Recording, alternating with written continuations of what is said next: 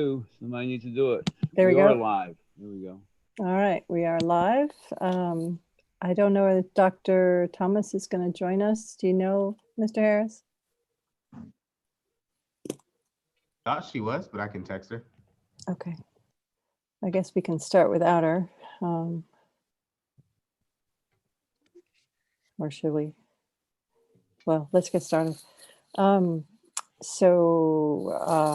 think we can at least approve the minutes. Calling to order the policy committee 4:35 on October 15th. Myself is present, Mr. Davis, Dr. Maddox, policy committee members, and then we also have visiting Dr. Dykeman, Ms. Davis, and Dr. Anderson, in addition to Mr. Pruitt, Mr. Harris, and Ms. Tillman. Okay, so let's see. Can we at least approve the minutes? If you looked up, thank you to Greg. Tawana, can you second? Second. All in favor? Aye. Aye. The only thing I would note, Angela, is that there's a new business item number 2 is bolded instead of underlined. So, but it's just a little editing thing, not a substantive. Okay, so all in favor, aye. Did we get aye? Sorry, I forgot if we voted. Yeah, we did.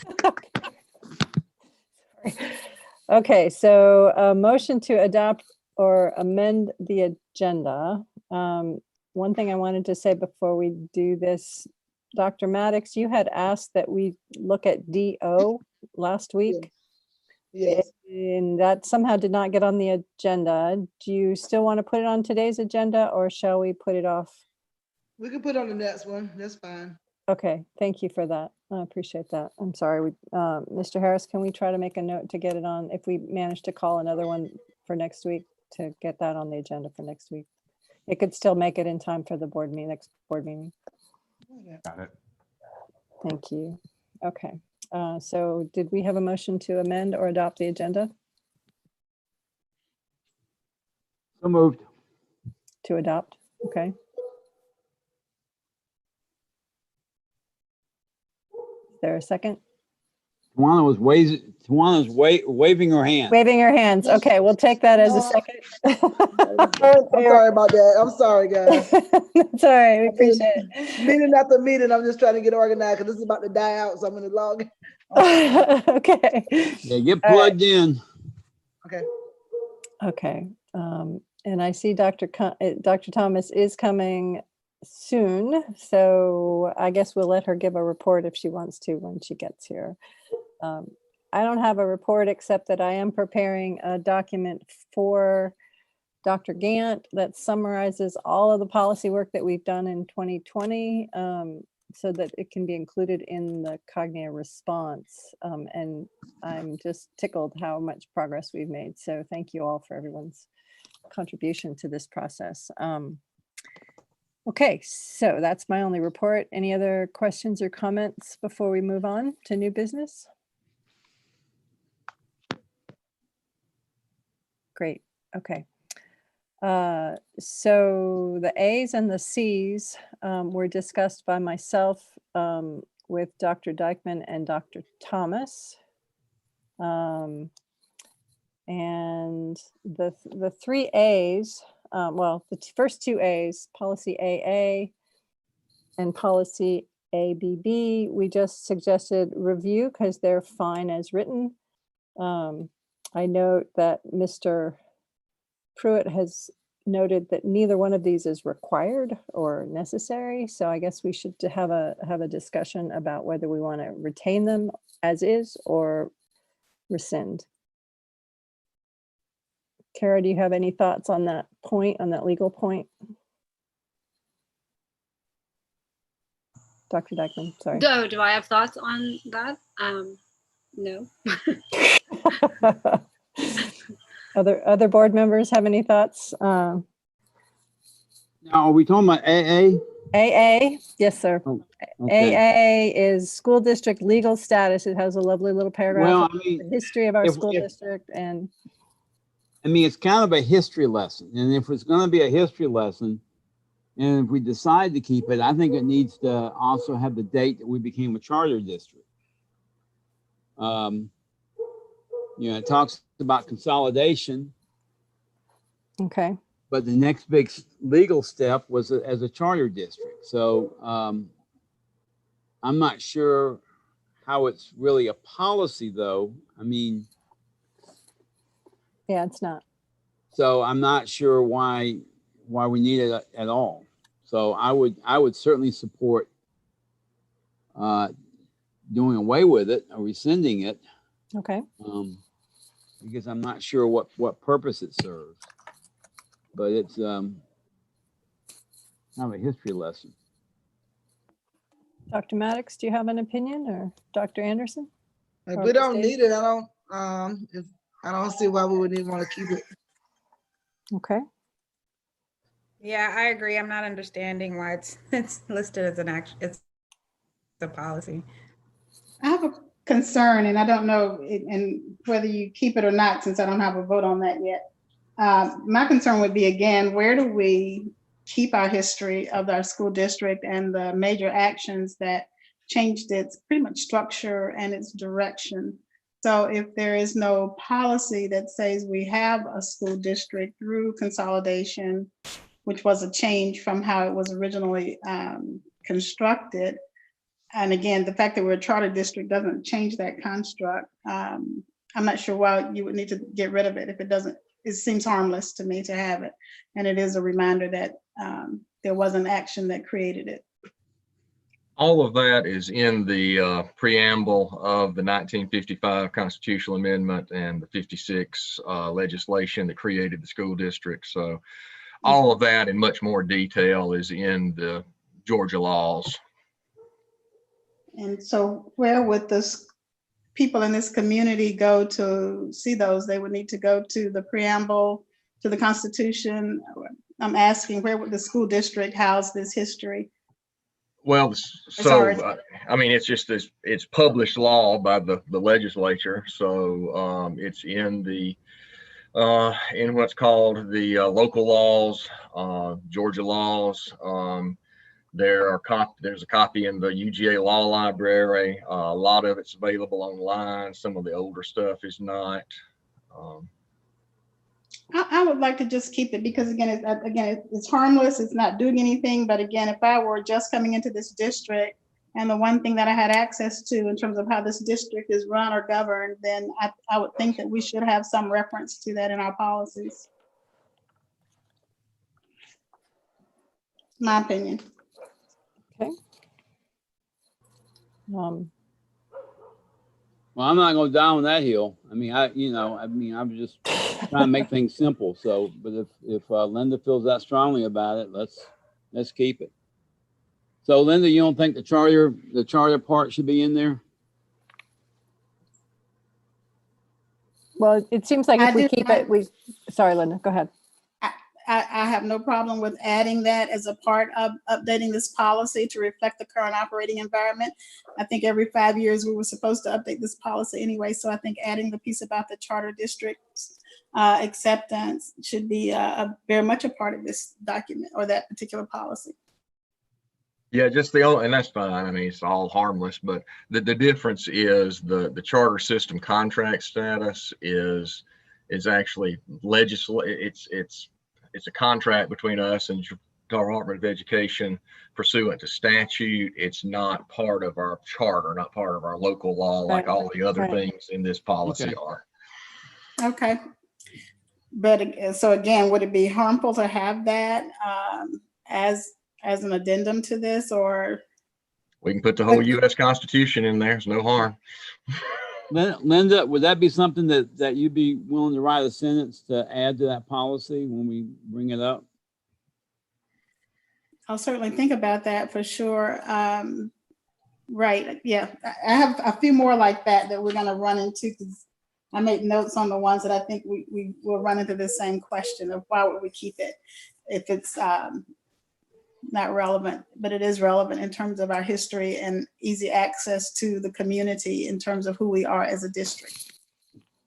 Okay. Okay, so can I suggest we send this up as is, and then Ms. Davis can add her sentence at the board meeting? Would I that be think the it'd way be to do very it? consistent with that. Okay. Okay, 'Cause it will all fit into the same, be very consistent with the policy. There's no, okay. okay, So, we're gonna vote to keep it. So, I mean, so anyway, we're gonna move it forward. I think so. Okay. Yeah, and we could still vote in the work session to pull it if people on majority think it doesn't need to be there. But my sense is, well, I would like to just move it forward as a review. Sure, I only, agree. And Linda can add her sentence. At the I board- agree. at the work session. Okay. Dr. Maddox, does that work for you? Yes, fine. Okay. Do we need to have a vote? Yes, a vote. Yes. All in favor or motion? Sorry. Mommy, I'm going to put you in charge in a minute. You better organize that. All right, Mr. Davis. Yeah, I think we can, unless there's, I don't think we need to vote on every single one, do we? Except maybe at the end. All right. Angela, can you manage that way? Okay. All right, so ABB was board powers and duties. Again, nothing wrong with it, but it's not necessary. This one talks about how we're charged by law operating the district, political entity separate from the unified government. Purpose of the board is to provide adequate school facilities and personnel to meet the educational needs of citizens of Clark County. Clark County Board of Education operates under the terms of the law which created Clark County School District and exercises the powers and observes the limitations specified in that law. Yeah, so Well, again, I would support rescinding that unless somebody has some sentimental attachment to it. I'm not sure what it offers. I think it offers the direction and the foundation of board operations. So I am totally in favor of keeping that. But again, I'll get to vote on it, I guess, when we get to the full board. I'd just like to welcome Dr. Thomas. Thank you. I'm sorry I was late. I was in the GSBA meeting, so I left Dr. Gant with that, and she'll get here as quickly as she can. Great, thank you. So we are talking about the A through C policies, which you and I and Dr. Dykeman discussed. Just noting for you, since you missed the first part, Mr. Pruitt has recommended quite a few of these are not necessary legally. So we're discussing review and or rescind in the case of when they're not necessary. And at the moment, we're sort of mixed in our opinions. So Okay. perhaps that means we should send it up to the board for full discussion at the work session. I just, Linda, because I do appreciate you being here, but are you pretty much, you've looked through these policies and you're pretty much in favor of keeping all of them? No, I mean, I don't mean to tell the. I'm not. And so to be really clear, what I'm saying to you is if I am new to the school board, new to this district, and I'm looking at policies for the school district's legal status and its board powers, I'm not going to go out to some statute in the state of law. These policies are on our website. And so I would imagine that if we as a governing body are responsible for establishing policy through our vote, then I would think that these are foundational to who we are and what we do. And if we don't have that foundation articulated in a simple policy like this, then how does one begin to understand the complexities that we've added on in the rest of the policies that govern our behavior in the district? And so these I consider just basic foundational things. This is who you are, this is what you do. And then from there, this is how we created a way of survival or actually doing the work that we're set up to do. So while not necessary, they are, because we either have them here, or we're going to go out and try and create a norm around this. And so again, it has to be relevant that we don't have to go to the law to actually make a decision. We're not lawyers. And so we don't even know how to navigate all of that space. I think the policy is a very concise way of saying what our responsibilities are. At a high level. Okay. Well, I'm not gonna, Dr. Yeager, I'm not gonna fall on this one either. I do think it's not correctly worded, because I do not think that we are here to meet the educational needs of the citizens of Clark County. I would say the children of Clark County, but we're not Athens Tech. And so if we're Well, gonna, I'm not sure how you could say that if we are working very diligently to pull the community into every decision that we make. And so pretty much, I think that's a true statement. I guess it depends on how you interpret the needs of the community, because that's who's guiding our direction in terms of our technical education and preparing our kids for the future. So we are meeting the educational needs of the citizens.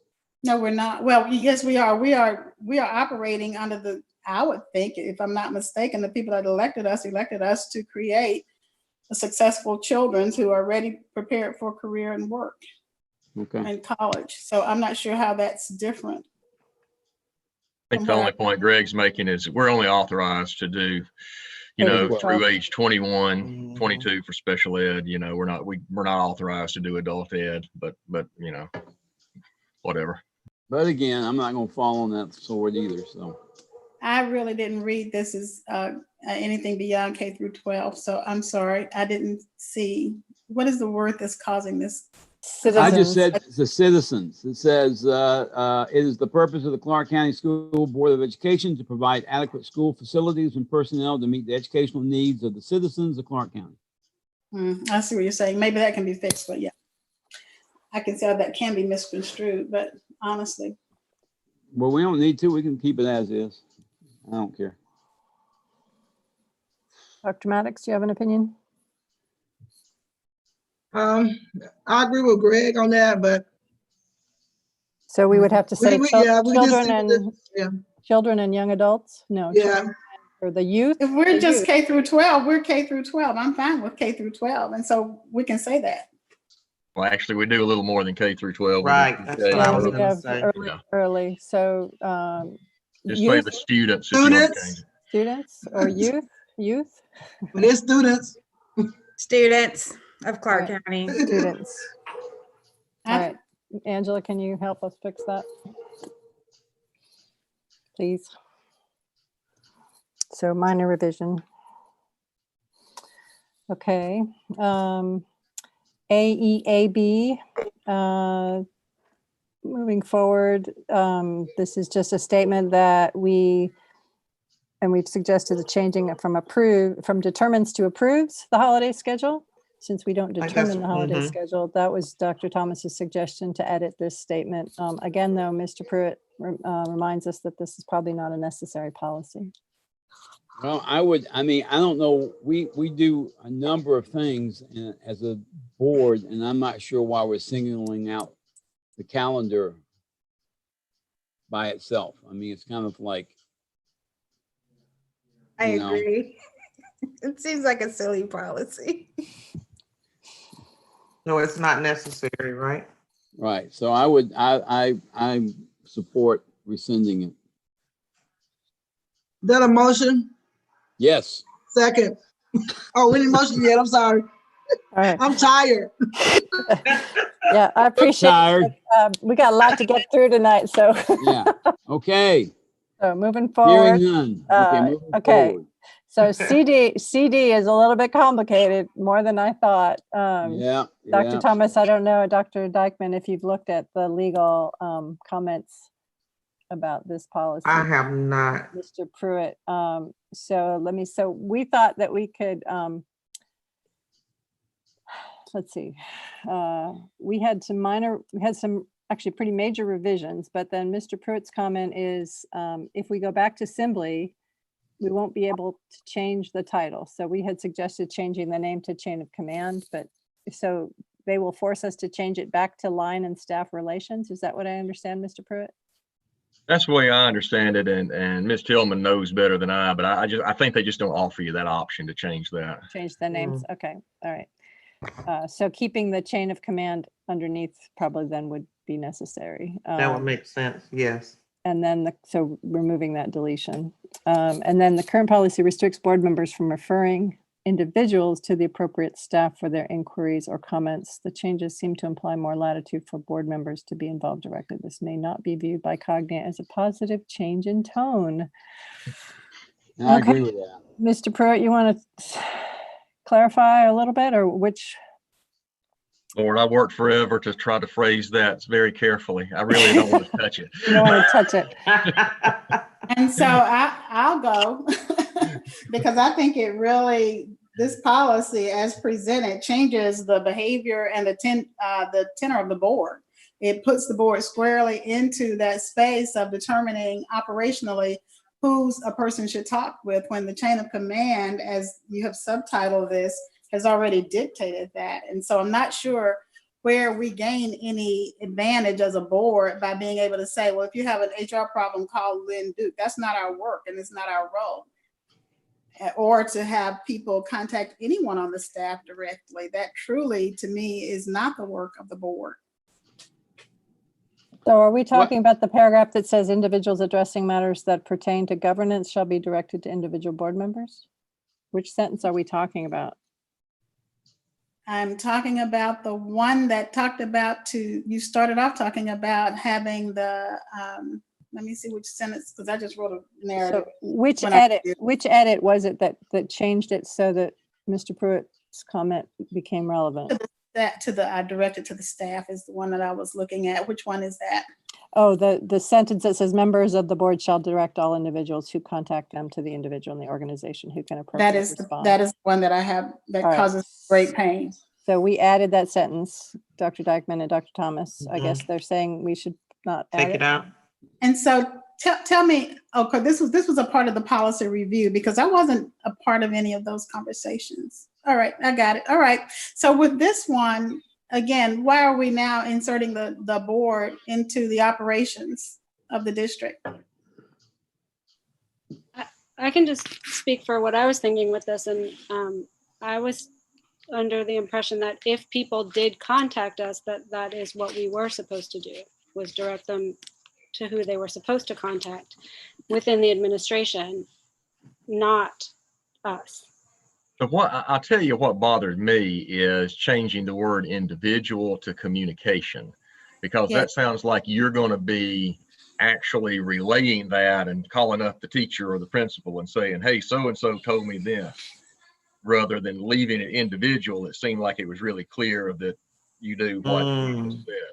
I see. Yeah, that was not the intent. Yeah, that was the opposite of what we actually were trying to do, the opposite of that. So that's fine. Exactly. I mean, if it needs to be changed back, that's fine.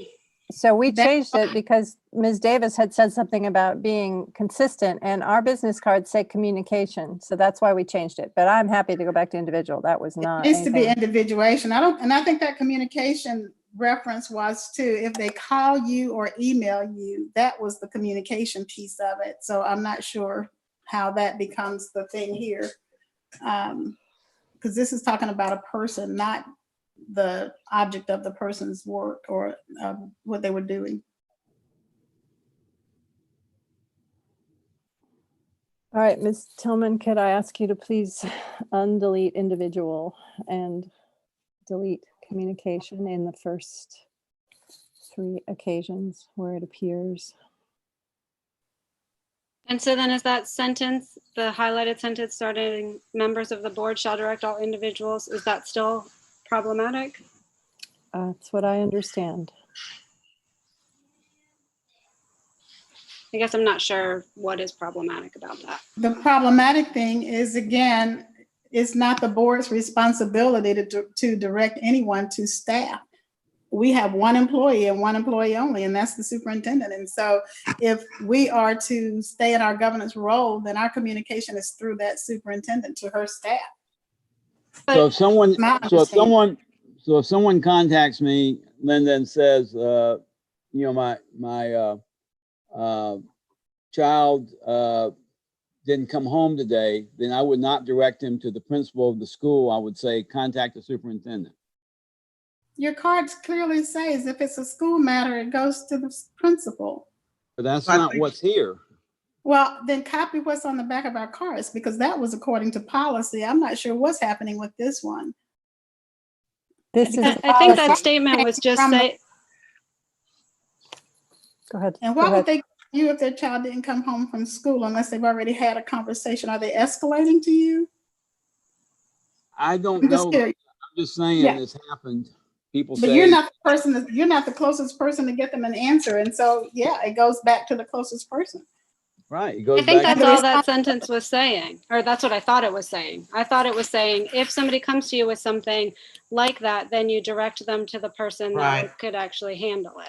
So the goal was that every individual that you all engaged with wasn't being sent to the superintendent for something minor. So if a person came up to you and said that, you know, I heard that they've changed the lunchtime at JJ Harris, that the response would be, well, have you spoken to Harper about that, rather than saying, call Dr. Thomas about that? And I Well, think, and so again, this is where I'm having the problem. On the back of our cards, I think it was very clear, and I'm sorry I don't have my purse with me, but I thought it said, if it's a problem with a classroom, contact the teacher. If it's a problem with the school, contact the principal.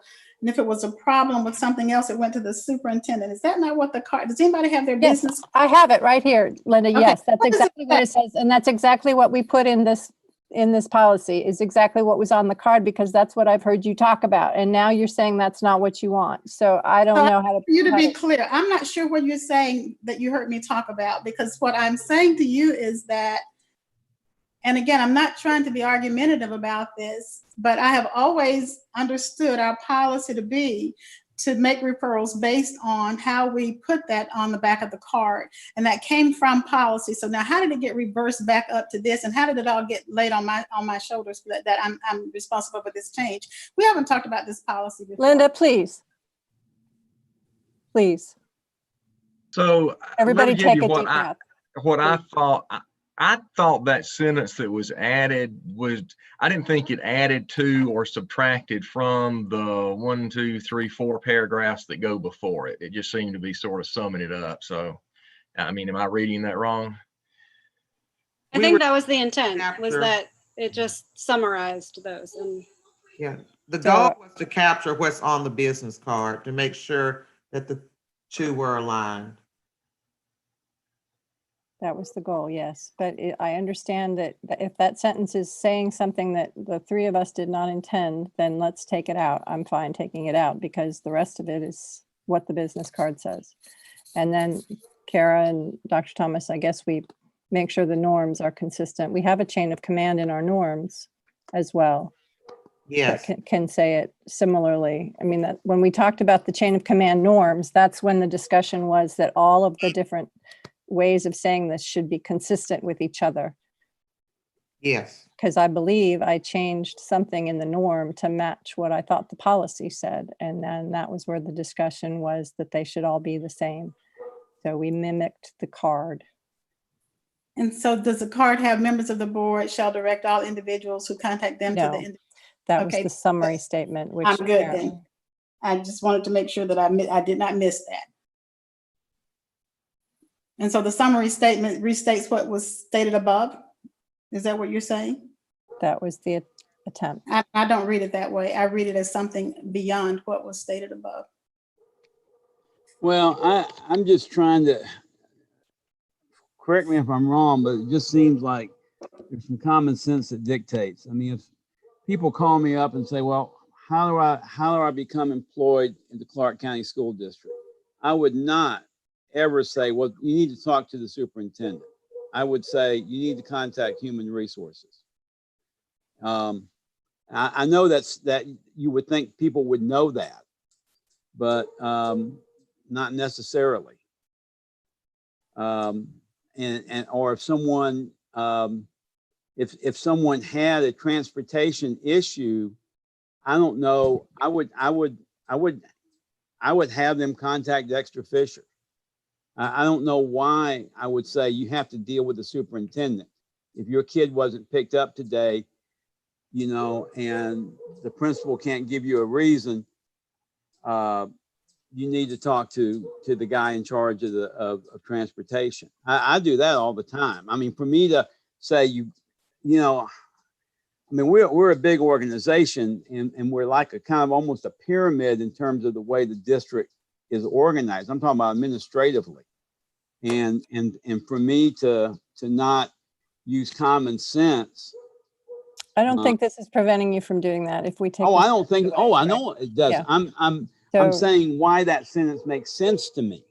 but it is sort of a summary of all of the stuff we deleted below. It is. After It is. referring, da da da da da da da. So, But it also does lend some common sense into the equation, which I think is also good. Dr. Yeager, if it helps, and I just want to add that there is a component in policy BBD, the board and superintendent and district relationships, that has a responding to constituents line that talks about the board identifying any concerns by stakeholders being directed to the superintendent, designee, or administration. So I think that also captures a bit of what this line is saying as well, if that's helpful at all. yeah. Okay. You just duplicate that sentence then so that it's the But same in both of those policies, and then we've addressed the issue? I don't think we need to duplicate anything. We can just delete this one. Okay. So Angela, please delete, I think, that one. Well, I kind of go with what Mumbai just said. I mean, I'm just saying, I think that makes sense.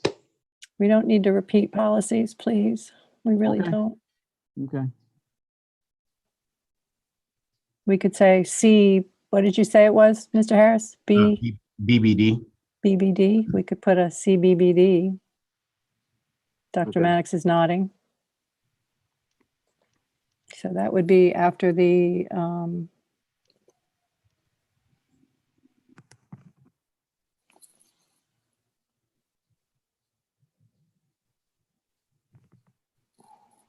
where would it go? I guess it would just go in that spot. Okay.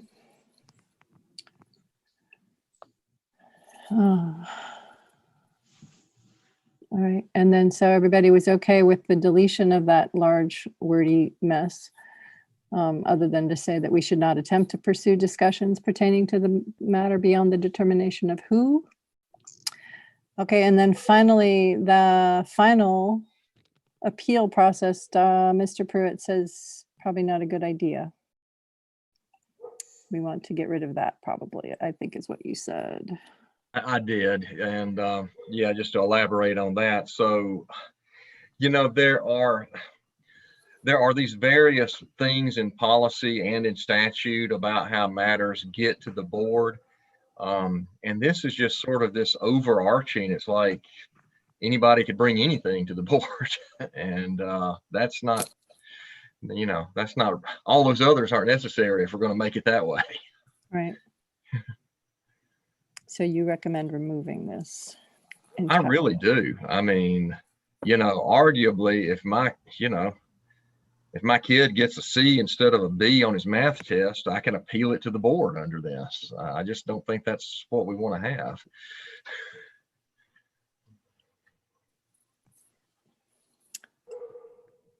Dr. Thomas, do you have a thought on this particular piece? We didn't really flag it when we had our conversation.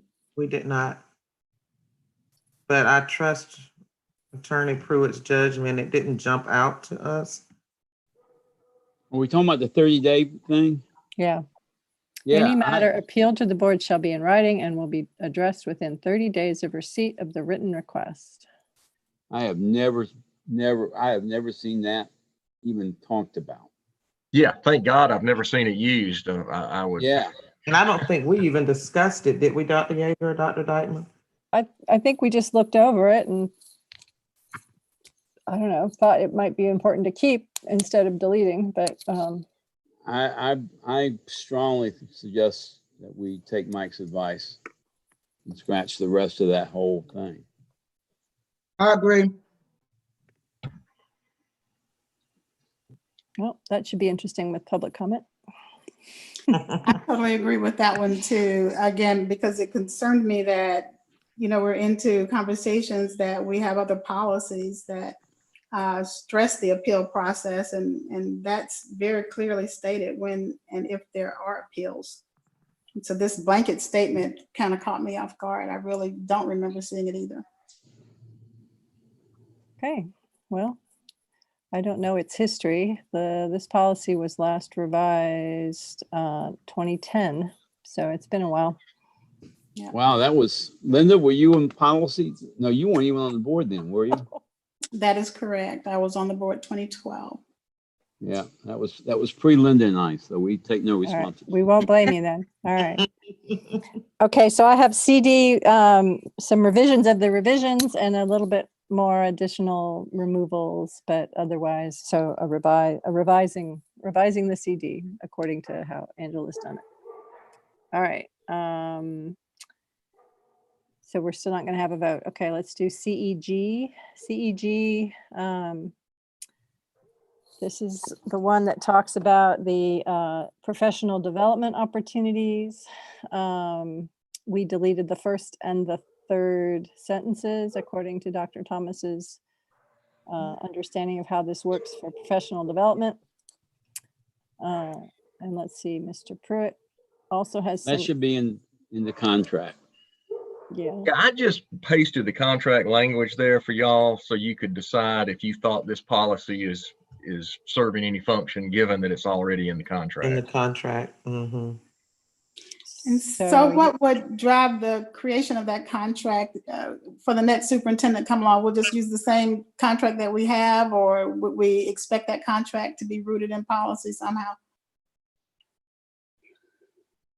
Yeah, I mean, I've been using the same contract that Mr. Benton used before me, going back to 1982, I think. So, and we've modified, of course, as the law changes. For example, we had a change in the law on how you amend it from year to year, just about 3 or 4 years ago. So, but yeah, I mean, I would think pretty much any form, if you wanted to change forms entirely, I would think any form contract would have that still addressed. But again, if you think it serves as a reminder to keep that, shortened statement policy, I don't have strong feelings about it. That would be great. I agree with Linda. I think that, if somebody were coming in and thinking about being the superintendent and kind of wanted to look at our policies and just seeing this in there already as policy without getting a contract first, maybe it would be reassuring that that's something that we value. Okay. Any other comments on this one?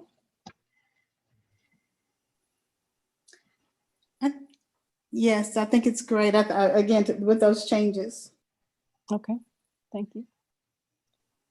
All right, so CEI was the superintendent evaluation changes that were recommended by Dr. Dykman. Kara, would you like to walk us through the changes that you made briefly? Sure. I, based on what we've talked about with GSBA and making it an academic year evaluation cycle instead of a calendar year cycle, that was most of the changes that I made. And then I just tried to clarify the timeline of things and how it could work. I will say that any of those timings are completely up for discussion. They were just kind of placeholders for an idea, especially in the year-end evaluation where it says some of it is obviously going to be dependent on the state performance data. And so then I couldn't really put dates for things. So I said, like, within 2 weeks of this will happen. Within 2 weeks of this will happen. But that is all open for discussion. I just thought it might be a good idea once we have that first meeting with the superintendent at that point that we schedule all follow-up dates at that time to make sure we stay on the timeline. I like that. I'm just wondering, Kara, if the state ever gets their act together and is able to give us academic performance data in July instead of when they do it, whether or not, I mean, would that keep us from, if we have the data available, could we move this back a tad, or would it just, or would September trigger it? Yeah, I mean, that's open for discussion. I don't have strong feelings about that. That just seemed like there's a lot going on in that July, August period, school starting and everything. So I just kind of chose September, but it doesn't have to be. And I do like that. Go ahead. But I there was is just going to say the ahead. important part to me, I felt like, was not exactly when we did the evaluation, but the time that the evaluation covered. Right. To make that clear. Right. Yeah, and that will keep us from having piecemeal for sure. Because by September we should have everything. Mm-hmm. Yeah, and Linda may or may not be, well, she can either refute or confirm what my memory is, but I don't think that 83 day is right. Because Linda, I remember us spending a lot of time on this sometime in 2013, 14, 15, and there was a lot of adjustment around, you know, when data is available. So that's kind of always a moving target. It has been, and again, I remember this when I wasn't chair of the policy committee, but I was on the policy committee. I remember this specifically in terms of evaluation for Dr. Lanou and something else. The concern that I have about this is I just kind of feel like this one needed to maybe be vetted with the superintendent's evaluation committee a little bit better, because it's overwhelming to me to see the changes. I think the changes are trying to clarify what's there. I don't see it as radically different from what was already there. Again, establishing a calendar for when we do this jumps out at me, because right now we're doing a school year starting in August, maybe September. Could be something else. We may end up moving to a different type of school year. So I'm curious why we wouldn't align this with our fiscal calendar if we're going to change it and try and incorporate the academic calendar, because I think we really need to have a constant here. And I think the school's calendar tends to change a good bit. Well, I think it is fiscal year. It goes, I mean, I think it says it in there that the end of year would cover from July 1 to June 30th. So that would be the whole fiscal year, and the mid-year would cover July 1 to December 31st. I thought I saw somewhere that it would align with the school year, so I may be wrong. Okay. It's just well, and that's the same thing, because actually our teacher contracts run on that same thing, July 1 to June 30. So this actually gets everything on the same calendar.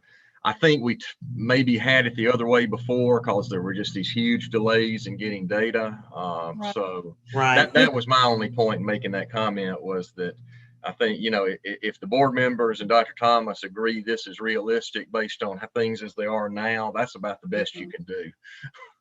And Mike, back to your conversation, I think we did several times with Dr. Lanou change the due date based on this policy. We were in violation of the policy because we didn't have the data, and we reached agreement with him to change the date for the evaluations. And so that's how we handled it in the past. You're right.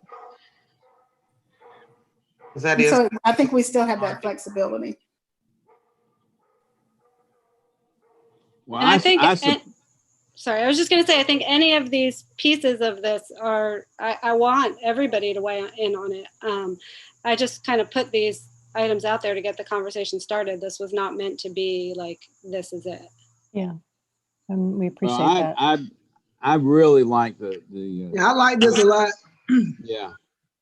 Okay, and so once we put this on an agenda, we can, for the work session, we can share it widely with the whole board or with the superintendent evaluation committee if you think that's appropriate first. But it'll be shared immediately so they can take a look at it before the work session. I think I'm the only board member that's not on board with the committee, so I think we're good with this. Let's go forward with it with the rest of them. Okay, great. Thank you. So CG, we thought could be rescinded, and Mr. Pruitt concurs. This was administrative personnel. So I have some questions about that. Why are we rescinding, and then what permits the hiring, and at whose discretion was my question that I wrote about CG when I read. I think it falls under the general. There's no reason to exclude administrative personnel from general personnel policies, is my understanding. Is that true, Mr. Pruitt? Yes. So every every personnel you have falls into one of two categories: classified or certified, or certificated, as they say. So there's this separate section in A or in, where are we, in C's? That, the C's for administrative personnel. But again, some of your administrative are classified, some are certificated, and both of those, per your G policies, are recommended by the superintendent and hired by the board. So there's really no need to repeat it for administrative like it's a separate category. And I like that. I read that for all of these the CG policies. And my question was, is there perhaps, because history is what it is, and we don't know where these policies are referenced someplace else, should there be maybe one statement that simply refers us back to those certified and non-certified, is that how it, classified and non-classified employees, and then close out that whole section? Because you said that on almost every single one of those, that it's duplicated. Right. And so the only problem is the word administrative or administration. But Mr. Pruitt, I believe you just said even administrative personnel is either certified or classified. Is that correct? That's correct. So there is no need for this category, which we didn't even know how to define. Dr. Thomas, you didn't even know how to define administrative personnel. Does it just mean the people that are in your office, or is it? We didn't know what was meant. Yeah, That's and these correct. are 1983 policies. I'd just like to note that most of these are all 30 years old. Yeah. So I'm saying I'm all in favor of getting rid of them as recommended, but again, just a cross-reference to say that administrative personnel are either classified or whatever, and then let that be the policy. Like in this policy here, just the one that's called administrative personnel, just making a reference to they will fall under the certified or the classified policies. That would be perfect, because again, the manual is general school administration. So I guess they felt like they needed to put something in there. I don't know. Seems extra worrying to me. I don't agree with that, but I'm willing to let the board decide. I don't see where it's necessary after hearing that explanation.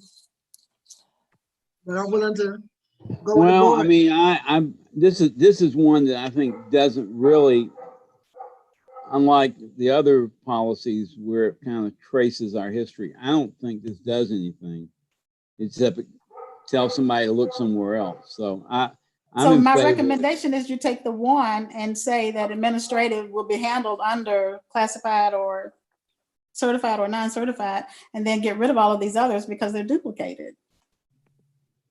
I was looking Anyway, through, you haven't gone through all of them, so I'll just wait. yeah, there's actually one or two that you might want to keep. For example, the consulting provision. Yeah, that was one we thought we should keep, and we actually edited it so that it was more accurate. Yep. See that one. So if we do what Linda says, we would keep what, CG, and then get rid of B, D, K, L, P, D, P, E, A, P, G. But that's what I'm saying. Actually, like PEA is the first one I come to. I can actually see a reason for keeping that one. Okay. Okay. But I mean, that's up to y'all. Well, I'm fine. Again, these don't cause me, I'm not trying to die on these hills for sure. So Dr. Gant just typed in, the goal is to decrease policies that aren't needed.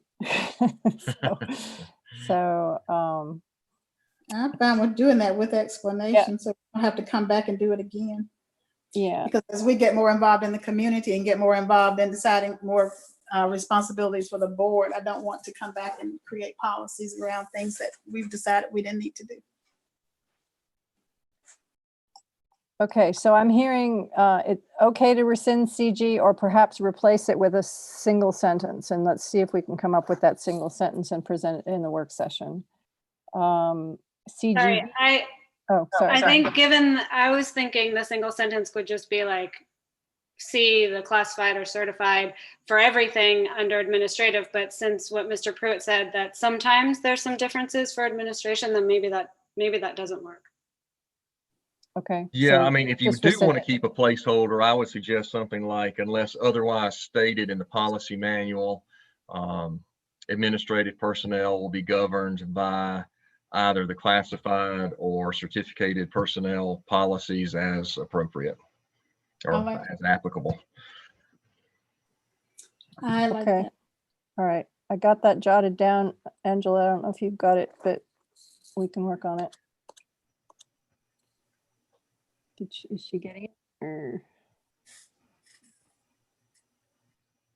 Angela doesn't have it. she doesn't have it?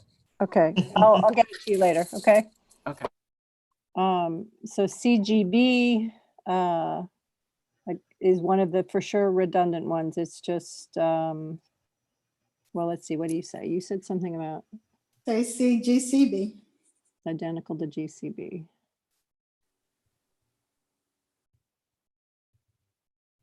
But we don't need it, right? Or is this one we don't need? Hang on. Yeah, I didn't really see what purpose it served, but Okay, so CGB we can get rid of, rescind.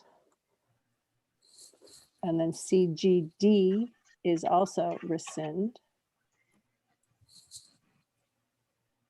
And I'm chugging us along here. Please interrupt me if you don't agree. Personnel evaluation,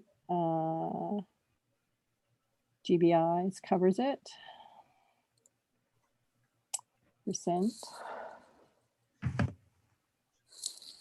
Administrative personnel tenure, this one seemed unnecessary. We never grant tenure to Rescind. administrators. Right, administrators don't receive tenure. So we don't need to say that they don't, they just don't. Right, There's they nothing just in here don't. that says they do, so therefore they don't. So that's a rescind. That's correct. CGL is the transfer personnel. Before you jump that, let me ask a quick question. This is just for my education. What does tenure mean in a K-12 environment? Is that the same thing? K-12. You're vested and you get benefits, or what's the tenure thing here? fair dismissal act protection. Okay, thank you.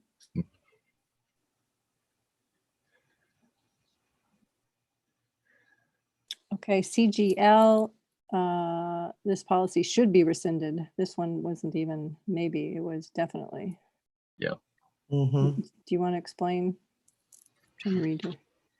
Yeah, I'll have to reread. Let's see. Section manual reserved for rules pertaining to administrative personnel.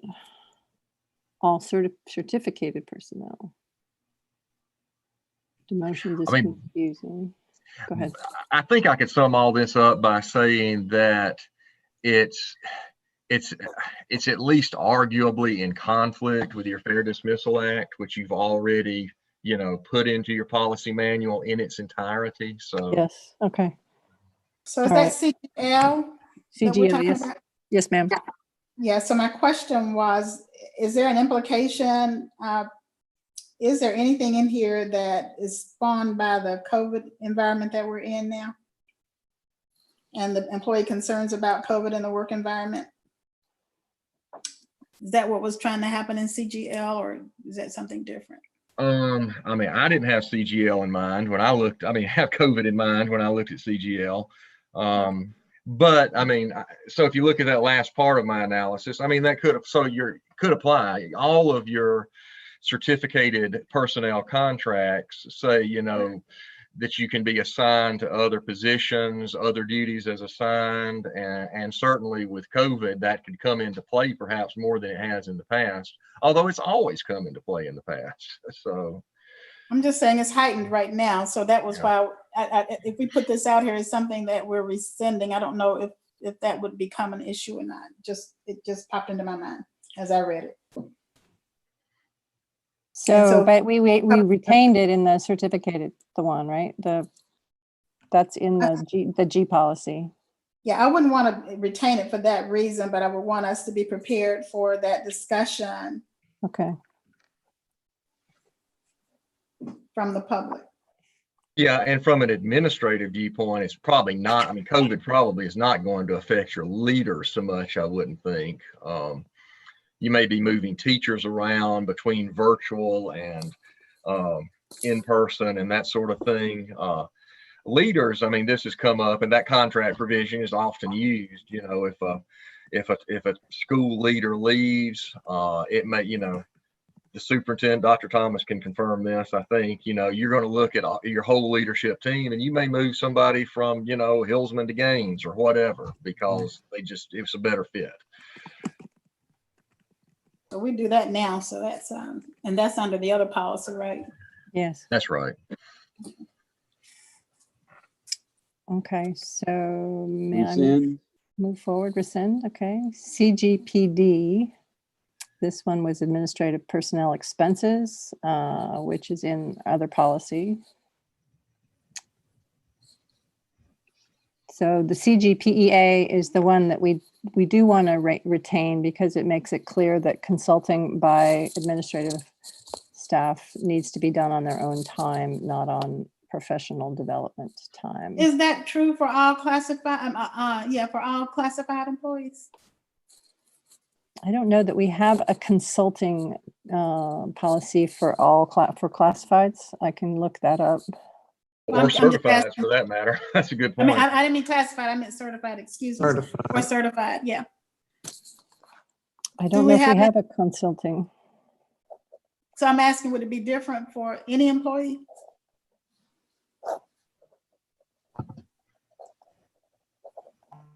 I mean, opportunities may be different, but I'm just curious. Right.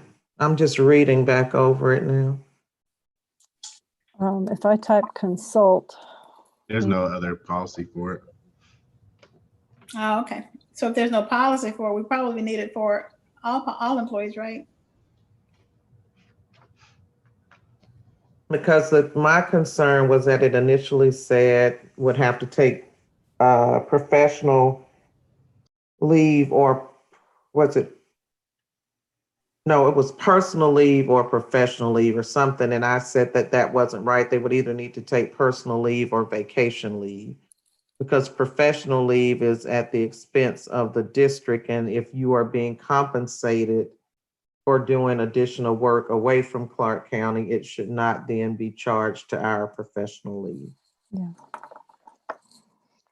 But I hear your point, Linda, that maybe at some point we want to make this applicable to everyone, but it's probably most importantly applicable to the administrative personnel. And I would say, again, that depends on their skill set. So yeah, and Okay. where they are. So so we may just make this, turn this into, is there a GPEA? Create GPEA and make it applicable to everyone? All right, maybe you can leave it here and make it applicable to everyone. I don't know. I think it would need, No, this is administrative. it would need to move into G, but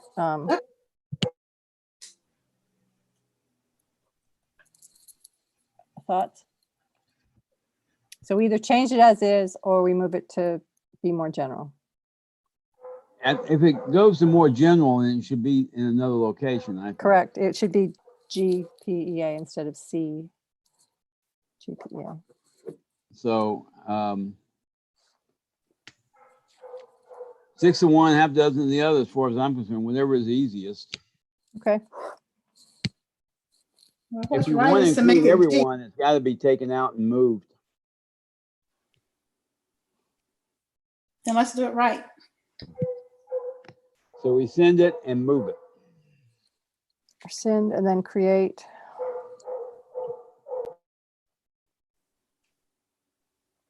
All right. That would become another action item to create the new policy. But okay. One thing I'm trying to look at, but y'all go on to the next one, is if this is covered in our standard certificated personnel contracts anyway. Okay. Oh, is it, Mike? I don't know. I'm trying to pull up the contract to see. But okay, maybe we can carry on while you do that. Yeah, y'all go ahead. So the personal leaves and absences again is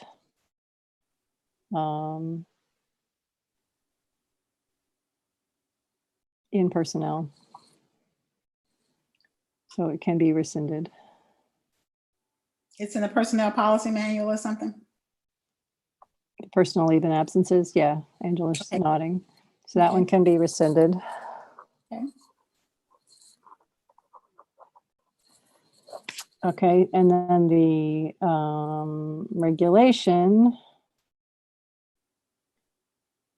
So Dr. Thomas, this does talk about principals or directors needing to be away from an assigned station for more than an hour. Remember we talked about this? That was the one we said seemed a little extreme, but did we? So I guess the question is whether this is true only for principals or if it's true for everyone. And this was the one where we talked about, we talked about it being the principal or designee because I think now they inform the principal supervisors. Right. Okay. So we did have a minor edit. I would, Dr. Thomas, I cannot believe that. So if a principal is checking up on a child that for whatever reason he or she has suspicion that may be in a dangerous situation at home, and he or she has gone longer than an hour, he's in violation of the policy. No, they just have to notify the superintendent that they're going somewhere. I mean, I don't know. That seems pretty. I mean, that's you would not notify really the the intent. Mr. Davis, I see what you're saying. I mean, like I have left the building to go to the hospital with the kid. You know, if there's an injury and we can't locate a parent or something of that nature, then I've gone in the ambulance or followed the ambulance and just, you know, left. Always, the only time, and I'll be completely honest, when I have, if it's for business purposes, the only time I have notified the superintendent's office is if my assistant principal is not there and I've had to leave someone else in charge of the building. Those were instances where I would notify and say that I'm off campus, you know, and my assistant principal's off campus and Miss whomever is our administrator in charge. If I got, you know, followed a child to the hospital and was there for 2 or 3 hours, I did not notify the district office of that. So I guess I was breaking policy. Uh-oh. No. That's why I think it's. Write me up now. It just doesn't seem to make good common sense, as long as the principal is leaving the assistant principal in charge. I mean, I don't. That's why that's one of the tasks of the assistant principal.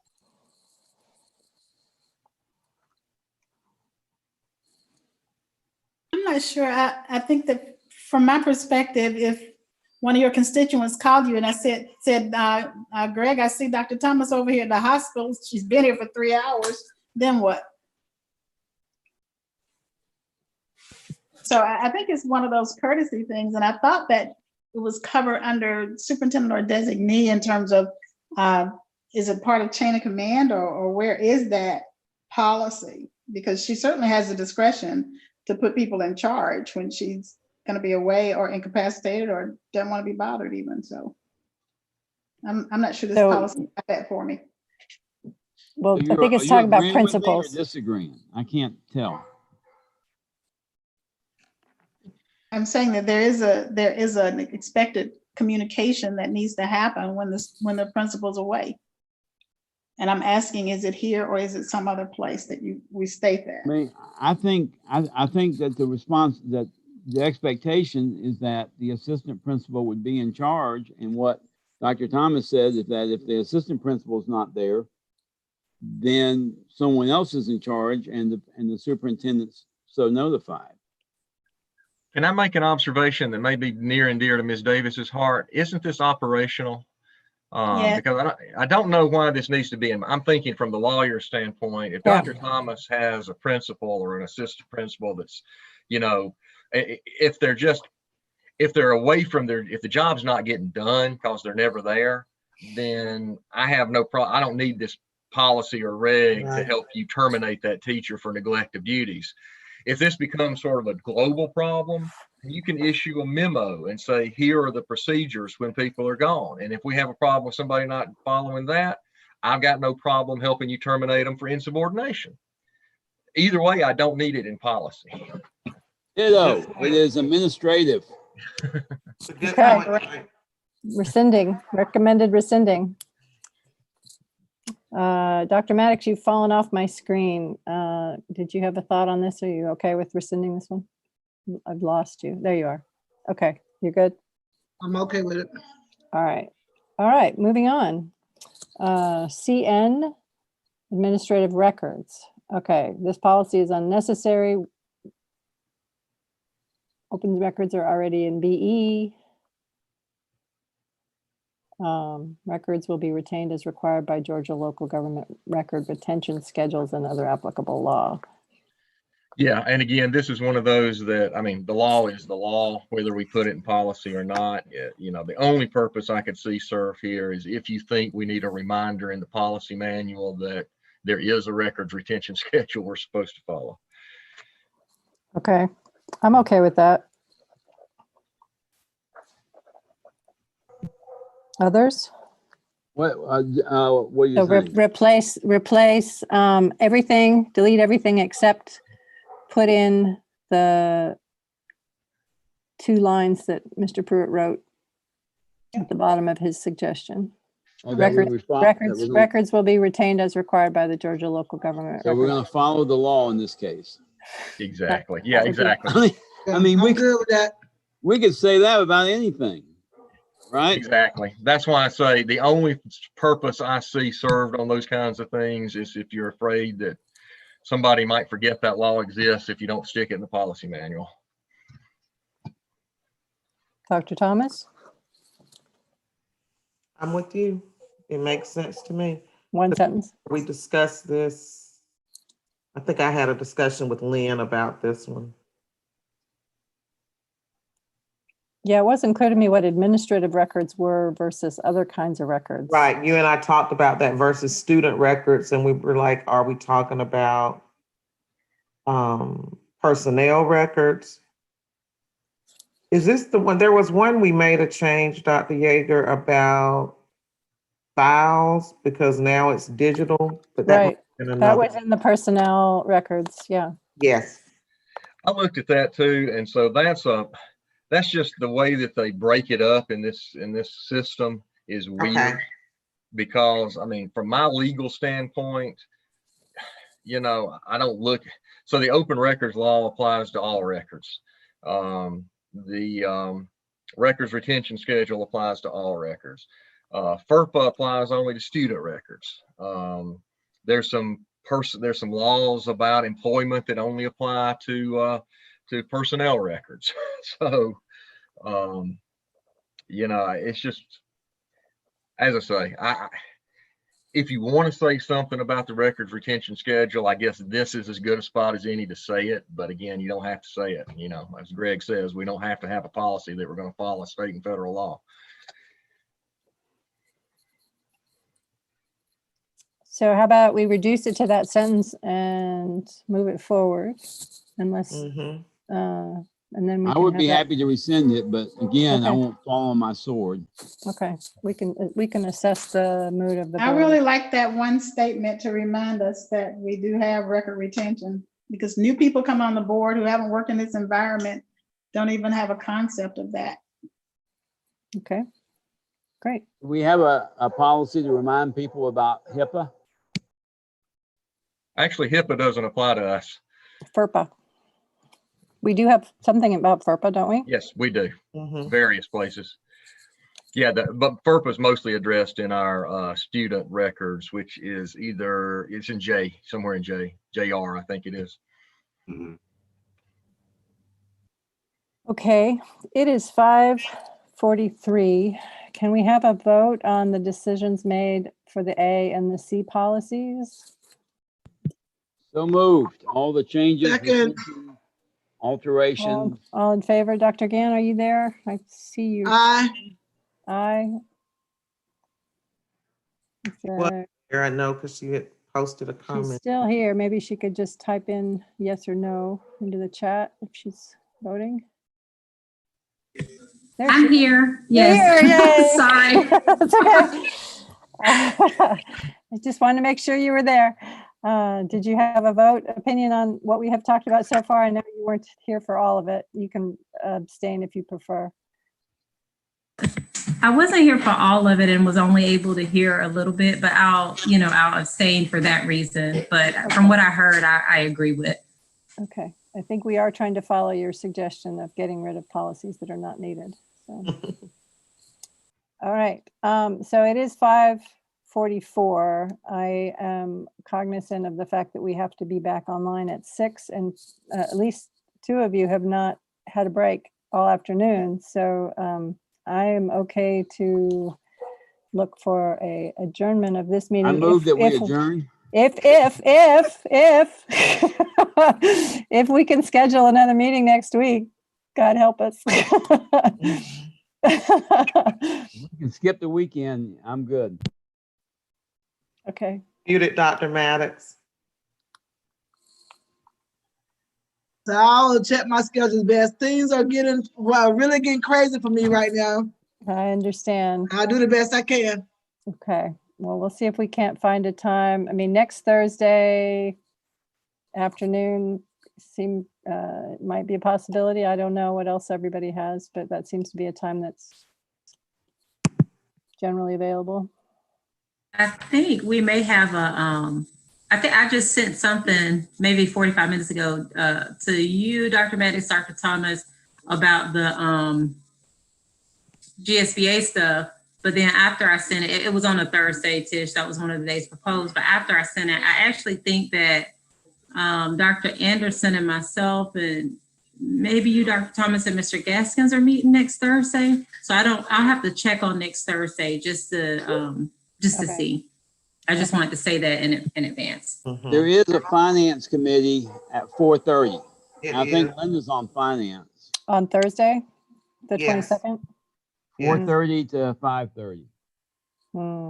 Okay. And So maybe, government relations on Tuesday. so maybe that won't work. Perhaps the following week.